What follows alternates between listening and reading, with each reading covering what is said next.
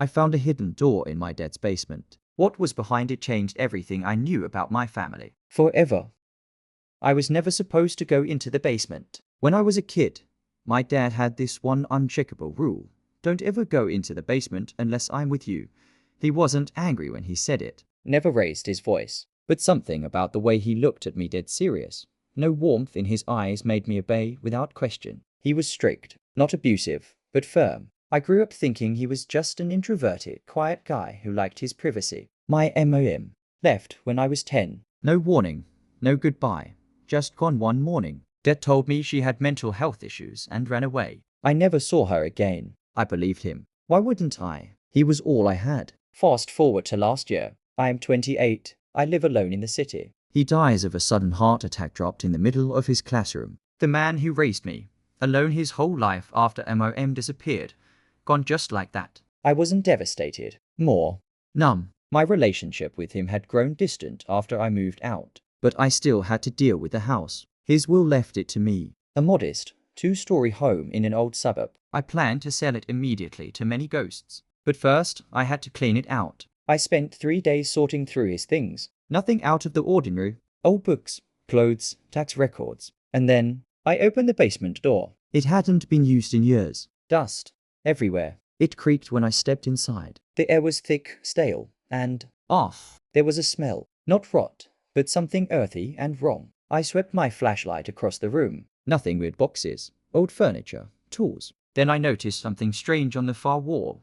A rectangular shape in the drywall, faintly visible under peeling wallpaper. It didn't match the rest of the wall. It looked like a door had been sealed over. Curious, I picked at it. Beneath the wallpaper was a hidden handle and a door. It wasn't locked. It groaned open slowly, revealing a narrow hallway behind the basement wall. It was just wide enough to walk sideways. The air grew colder. I shivered. At the end of the hallway was a metal door. My instinct screamed at me to leave, but something stronger pulled me forward. I opened it. Behind the door was a 10 by 10 foot room. The walls were covered in soundproof foam. A single light bulb flickered overhead, and in the center of the room was a restraint chair. Not medical. Homemade. Duct tape. Leather straps. Rusted bolts. And beside it, a box. I didn't want to open it. I had to. Inside were cassette tapes. Dozens of them. Each one labeled with a date.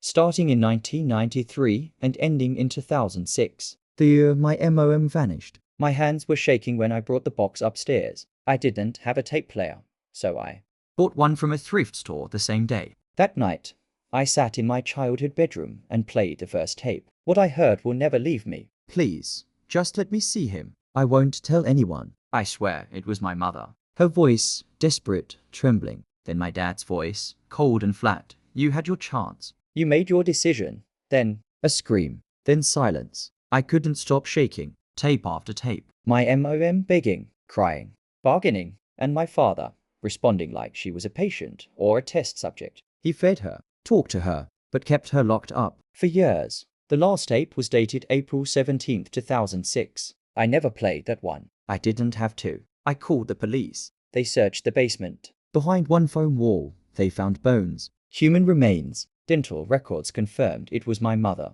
But that's not all. There were 2 skeletons. The second one, a woman in her 20s, unidentified. And in the attic, behind a loose panel, they found more driver's licenses, photos, small possessions, all belonging to different women. 4 in total. Only one was my mother. My father was a serial abductor, possibly a serial killer, and I lived with him for 18 years, thinking he was just a shy, overprotective dad. The media exploded. Suburban teacher's basement of horror.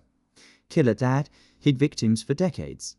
I got calls from Netflix, Hulu, everyone. People wanted interviews, a book deal. I turned them all down. I couldn't process it. He raised me. He taught me how to ride a bike. He made me pancakes on Saturdays, but he also tortured and murdered women, one of whom was supposed to be my mother. But she wasn't. A few weeks later, I got a letter. No return address. Inside was a photo. Me as a toddler, sitting in a park with a woman I didn't recognize. On the back, a message.